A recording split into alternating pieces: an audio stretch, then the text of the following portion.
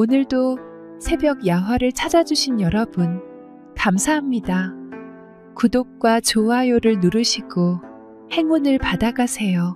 새벽 야화의 재밌는 이야기 시작합니다. 조선 어느 작은 마을, 혼기가 찼으나 아직 시집을 가지 못한 수처녀 이씨가 살고 있었습니다. 그녀는 단정하고 조용한 성품이었으나 속으로는 호기심이 많았습니다. 그녀의 옆집에는 마을에서 유명한 명창이자 미모가 뛰어난 기생 새벽이 살고 있었습니다. 새벽은 노래와 춤, 그리고 고운 용모로 인해 사대부 자제들과 재주 있는 젊은이들이 찾아와 문전성시를 이루었습니다.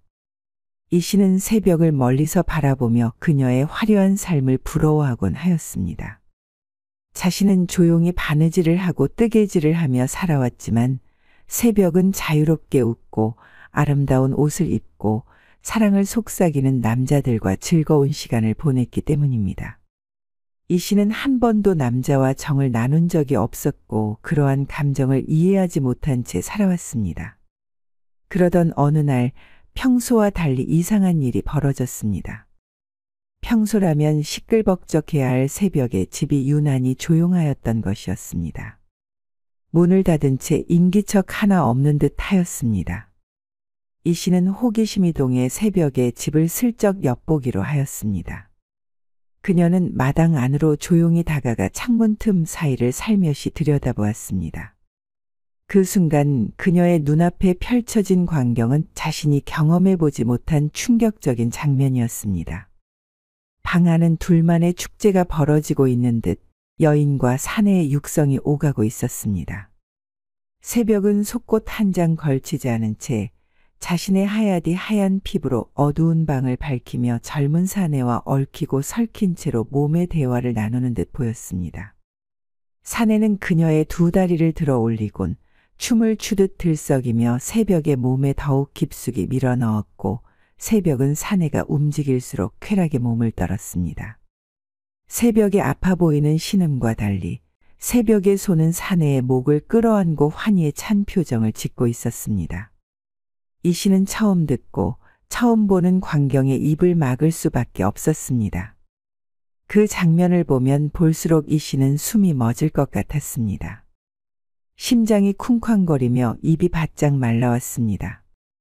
그리고 점차 몸 어딘가가 뜨거워지는 느낌이 들었습니다. 이 씨는 다리에 힘이 풀려 본능적으로 허벅지를 오므렸습니다. 그러나 이상하게도 아랫도리가 찌릿하며 가려운 듯한 감각이 들었습니다.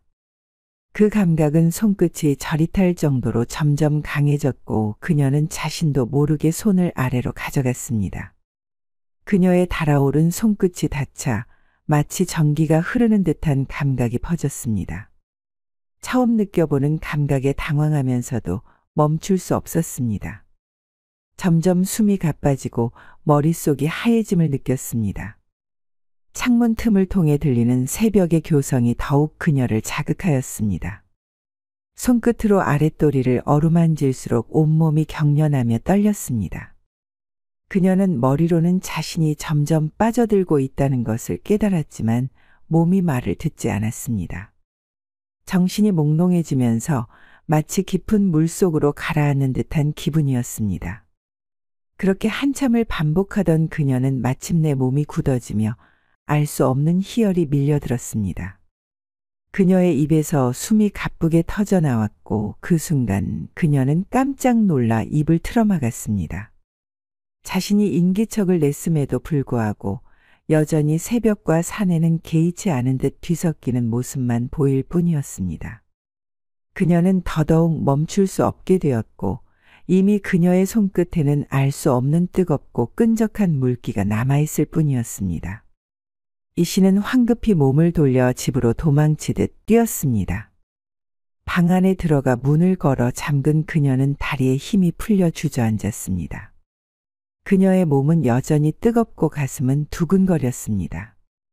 게다가 기분 좋은 행동을 10여 차례를 하고 오다 보니 말이 목구멍에 막혀 목소리를 낼 수 없게 되었습니다. 그저 흥 하는 낯간지러운 소리만 나올 뿐이었습니다. 그녀는 혼자서 머리를 붙잡고 생각하였습니다. 이게 무슨 일이람? 그녀는 이불을 뒤집어 쓰고 몸을 웅크렸지만 가려운 듯한 감각은 사라지지 않았습니다. 그날 이후 이 씨의 몸 상태는 나아질 기미가 보이지 않았습니다. 시간이 지날수록 열감이 가라앉지 않았으며 여전히 말을 내뱉으려고 소리를 내려 하면 흐응하는 소리만 나올 뿐이었습니다. 식음을 전폐한 것도 아니었으나 무언가 채워지지 않는 듯한 허전함과 답답함이 계속 그녀를 괴롭혔습니다. 얼굴은 열감으로 달아올라 있었고 움직일 때마다 몸이 휘청거렸습니다. 마을 사람들은 그런 그녀를 보고 수군거리기 시작했습니다. 색시가 갑자기 병이 난 것 같구먼. 아무래도 큰 병이 든 것 아니겠소? 아직 시집도 가지 못하였는데 안타깝구만 그래. 그렇게 한참을 앓고 있을 즈음 이웃에 사는 노파가 그녀를 찾아왔습니다. 노파는 마을에서 누구보다 경험이 많고 지혜로운 여인이었습니다. 젊은 색시들이 부끄러워 묻지 못하는 일도 그녀에게는 서슴없이 털어놓곤 했습니다. 노파는 이 씨의 창백한 얼굴을 살피며 말했습니다. 색시, 대체 무슨 일이 있길래 이리도 얼굴이 할쑥해진 것인가? 이 씨는 대답을 하려 했으나 이상하게도 목이 메어 나오지 않았습니다. 말로는 설명하기 어렵고 부끄러운 일이기도 했지만 스스로도 정확히 이 병의 원인이 무엇인지 알 수 없어 답답한 마음뿐이었습니다. 노는 그녀를 한동안 바라보더니 천천히 말했습니다. 말이 안 나오는구만. 그래, 차라리 글로 써서 내게 보여주거라.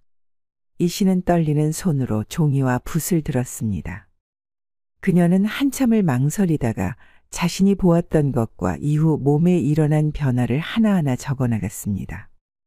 모든 글자를 적고 난 후 그녀는 붓을 내려놓고 얼굴을 붉히며 시선을 피했습니다. 노는 천천히 그 글을 읽어 내려갔습니다. 그리고 어느 순간 의미심장한 미소를 지으며 고개를 끄덕였습니다. 이제 알겠네. 무슨 일이 있던 것인지 다 알겠어. 그녀의 목소리는 마치 오래전부터 이 답을 알고 있었다는 듯 단호했습니다. 노는 이 씨를 향해 미소 지으며 말했습니다. 이 병은 의원에게 가서 약을 지어 먹을 일이 아니네. 이 병을 고치는 방법은 따로 있지. 이 씨는 불안한 얼굴로 노파를 바라보았습니다. 노는 그녀의 손을 토닥이며 의미심장한 미소를 지었습니다.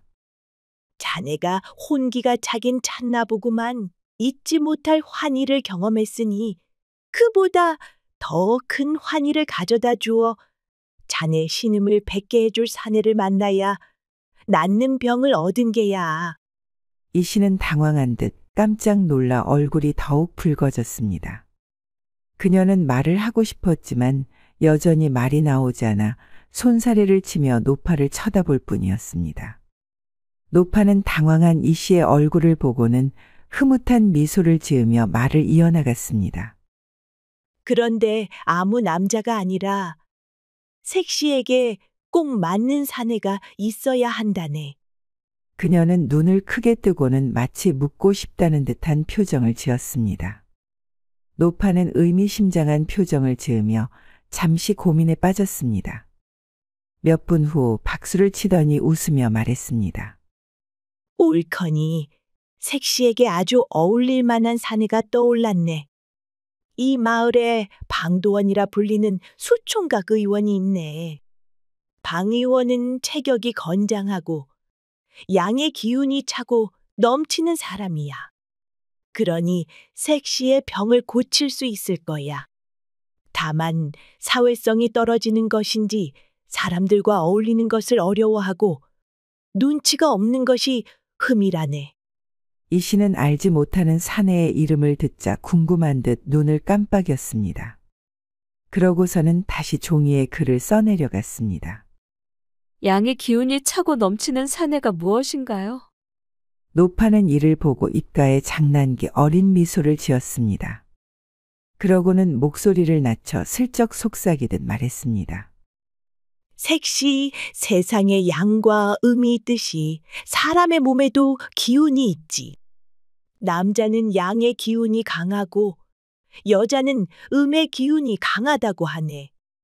그런데 말일세, 어떤 사내들은 그 양기가 보통보다도 훨씬 더 강하게 타고나는 법이지. 이 씨는 고개를 갸웃거리며 필사적으로 이해하려는 표정을 지었습니다. 하지만 아직도 그 뜻을 정확히 알지 못하는 듯 했습니다. 노는 그런 그녀의 모습을 보고 고민하는 듯 보였습니다. 이걸 어떻게 설명해야 할까? 쉽게 말해. 양의 기운이 강한 사내는 밤에 힘이 넘치니 자네와 같은 여인들의 병을 고치는데 아주 효과적인 힘이라네.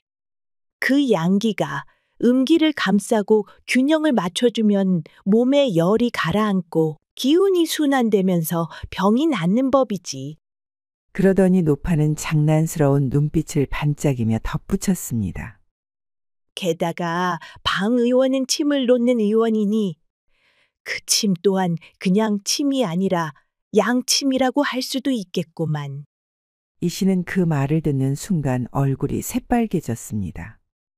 그녀는 얼른 손으로 입을 가렸지만 두 눈은 동그랗게 떠진 채 종이를 붙잡고 있었습니다.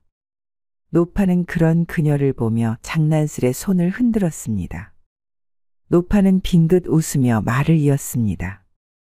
이렇게 자네는 총각 의원에게 치료받고 말도 할 수 있게 되는 것이고 없던 서방이 생기는 것이니 일석이조 아닌가? 이 씨는 얼굴이 더욱 붉어졌지만 가슴 한편에서는 알 수 없는 감정이 일었습니다. 그러나 이 일이 단순한 치료가 아니라 서로의 인연이 될 수도 있는 일이라면 쉽게 결정할 수 없는 일이었습니다. 그녀는 망설이며 정말 괜찮을까요? 라는 듯한 표정을 지었습니다. 노는 조용히 이 씨의 손을 토닥이며 부드럽게 말했습니다. 일단 의원에게 진맥을 받아보세. 그리고 색시도 직접 보고 이야기해보는 게 좋을 거야. 병을 치료하는 것도 중요하지만 서로 마음에 들어야 인연이 될 수도 있는 법 아니겠나. 이 씨는 한동안 고민하더니 조용히 고개를 끄덕였습니다.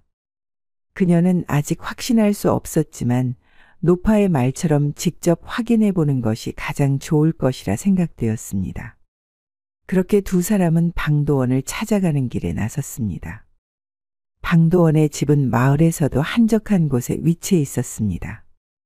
다른 의원들처럼 손님을 맞이하는 것도 아니고 마을 사람들과 어울리는 일도 없어 그의 집은 조용하기 이를 데 없었습니다.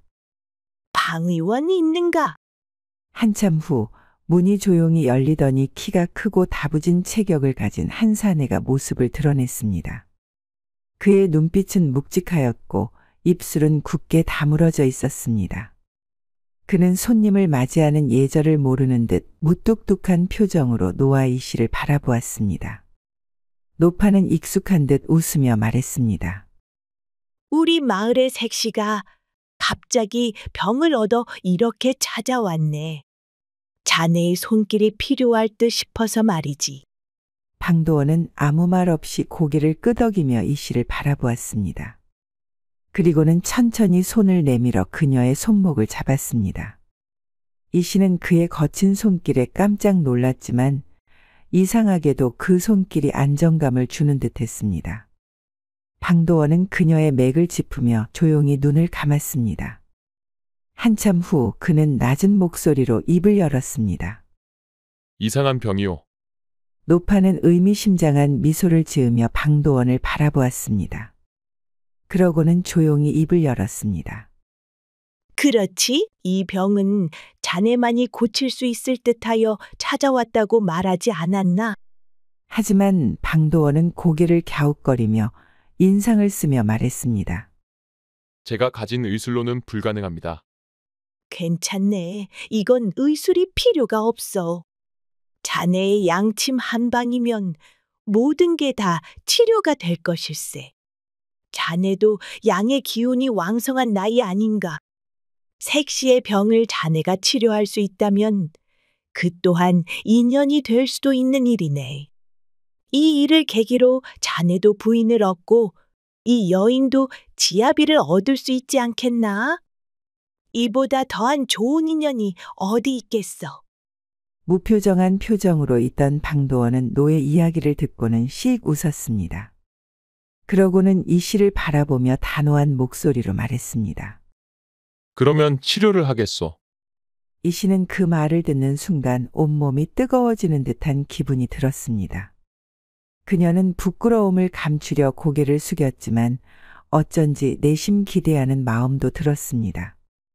방도원은 잠시 망설이는 듯했으나 이내 조용히 고개를 끄덕이며 방 안으로 발을 옮겼습니다.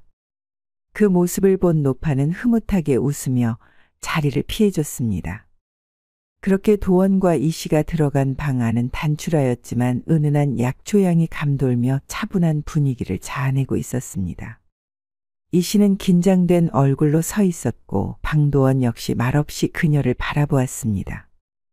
도원 또한 수총각이었지만 의원이었기에 여자에 대해 알고 있었고 책에서 배운 대로 양침 치료가 시작되고 있었습니다. 그는 천천히 손을 뻗어 그녀의 손목을 잡고 조심스럽게 그녀를 자리로 이끌었습니다. 그의 손길은 거칠었으나 따뜻했고 이상하게도 안정감을 주는 듯하였습니다. 이 씨는 떨리는 숨을 내쉬며 눈을 감았고 방도원은 그녀의 긴장을 풀어주려는 듯 천천히 그녀의 어깨를 감싸 안았습니다. 이 씨는 처음 느껴보는 남자의 체온에 순간적으로 몸이 굳어졌습니다. 그러나 방도원의 손길은 거칠지 않았으며 그녀를 배려하는 듯한 움직임을 보였습니다. 시간이 지날수록 그녀의 몸은 점차 이완되었고 어느새 숨소리도 가벼워졌습니다. 방도원은 그녀의 두 손을 잡고 가만히 바라보았습니다.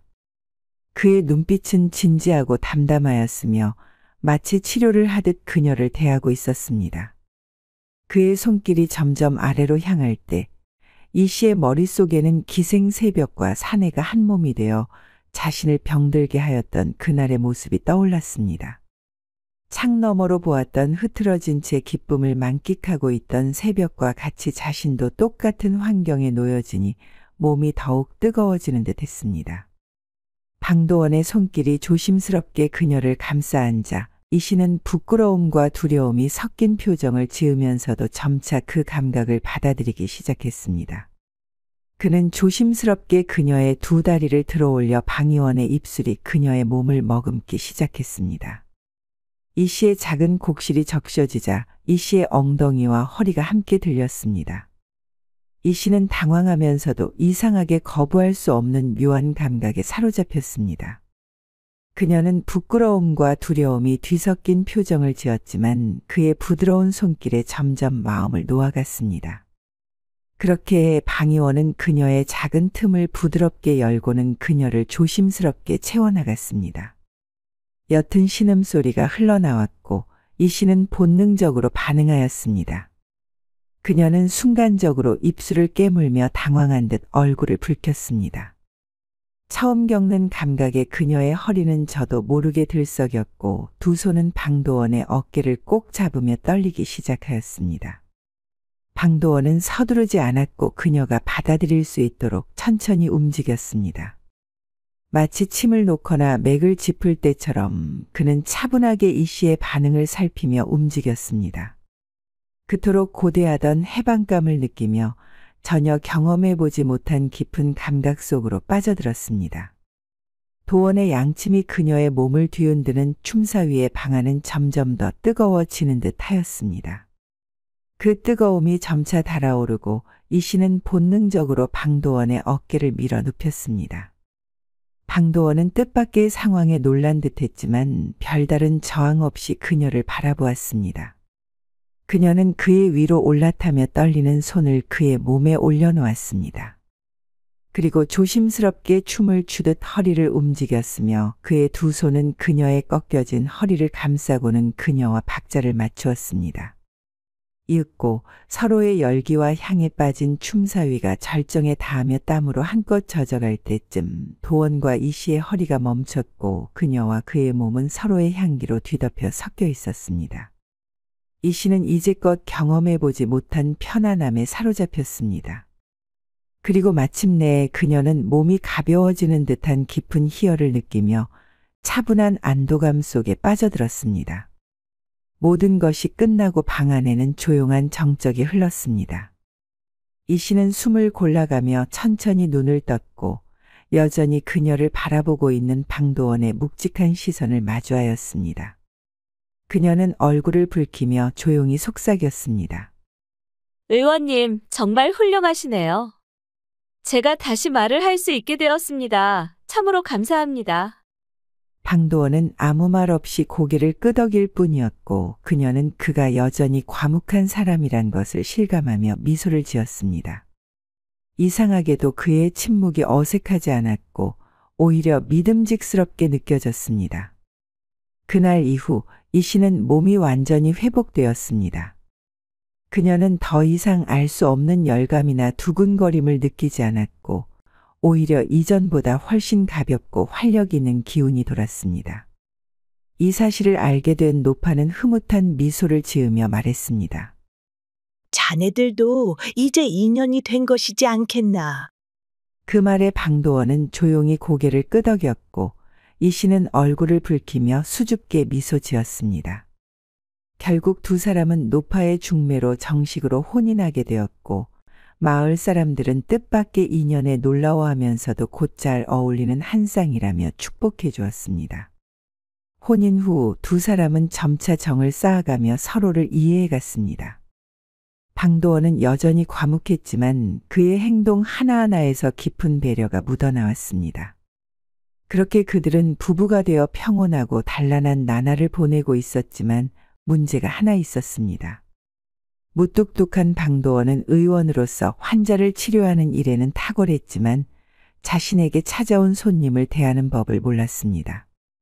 손님을 맞이하는 인사치레도 익숙하지 않았고 이를 본 아내는 민망함을 느꼈습니다. 방도원은 환자를 치료할 때도 최소한의 말만 하였고 진맥을 잡고 처방을 내리는 것 외에는 별다른 대화가 없었습니다. 손님이 찾아와도 어떻게 대해야 하는지를 몰랐고 이를 본 아내는 더욱 난감해졌습니다. 그에게 치료를 받으러 온 환자들은 문을 열고 들어오자마자 당황하기 일쑤였습니다. 그는 환자에게 인사를 하는 법이라곤 없었고 진맥부터 잡고는 간단한 병세를 확인한 후 아무런 말 없이 약을 써주었습니다. 환자가 감사의 인사를 건네려 해도 그는 별다른 반응 없이 고개만 끄덕였으며 질문을 해도 최소한의 답변만 내놓았습니다. 의원님, 제가 음식을 조심해야 할까요? 알아서 하시오. 혹시 약을 끓일 때는 얼마나 달여야 합니까? 적당히 하시오. 이처럼 그의 대답은 단답형이었으며 손님들에게 다정한 말 한마디조차 없었습니다. 그나마 사람들이 그의 치료 실력을 높이 평가했기에 참을 수 있었지만 그의 서투른 대인관계는 점점 문제를 불러일으키기 시작했습니다. 이러한 모습을 지켜본 아내이 씨는 점점 답답한 마음이 들었습니다. 그녀는 남편의 실력을 누구보다도 잘 알고 있었지만 그가 지나치게 무뚝뚝하고 사람을 대하는 법을 몰랐기 때문에 환자들이 불편함을 느끼는 것이 안타까웠습니다. 여보, 이렇게 사람을 대하면 손님들이 불편해하지 않겠어요? 방도원은 아무렇지 않다는 듯 대답했습니다. 그럴 필요가 있어? 그럼요. 물론 치료가 제일 중요하지만 기본적인 예의는 있어야지요. 손님을 맞이할 때는 인사를 해야 하고 약을 주면서도 조금은 친절한 말이라도 건네는 게 좋지 않겠어요. 방도원은 그녀의 말을 듣고도 무덤덤한 표정을 지으며 고개를 갸웃거렸습니다. 그럼 어떻게 해야 하오? 무릇 손님을 대접하는 도리는 이렇습니다. 처음에는 평안한가를 묻고 다음에는 자리에 앉으라고 청하고 다음에는 증상에 대해 묻고 다음에는 치료법에 대해 설명하시고 그 다음에는 자리에서 일어나 조심히 가라고 인사하여 환자의 기분을 상하지 않도록 하시는 것이 환자를 대접하는 도리라 생각됩니다. 알기는 하겠는데 그러다가 잊어버리면 어떻게 하오? 제게 좋은 방법이 있습니다. 새끼줄로 당신의 고환을 묶고 한쪽 끝을 쥐구멍으로 내보낸 다음 손님이 올 때면 내가 그것을 잡아당길게요. 한 번 잡아당기면 평안한가를 묻고, 두 번 당기면 자리에 앉기를 청하고, 세 번 잡아당기면 증상에 대해 묻고, 네 번 잡아당기면 치료가 끝난 환자에게 잘 가시라고 인사하세요. 네, 마땅히 그에 맞춰 시행하겠습니다. 이것으로 차례를 삼으면 될 것입니다. 그 개책임 없이 절묘하구려. 그 후 그 사람은 몇 번씩 그 방법을 익혀두었습니다. 그 방법이 별탈 없이 먹히고 있을 무렵 며칠 후 마을에 유지가 의원을 방문하였습니다. 그는 방도원의 명성을 듣고 직접 진맥을 받아보고자 찾아온 것이었습니다. 평소와 다를 바 없이 이 씨는 부엌에서 조용히 기다리며 새끼줄을 쥐고 남편이 제대로 환자를 대할 수 있도록 신호를 주기로 하였습니다.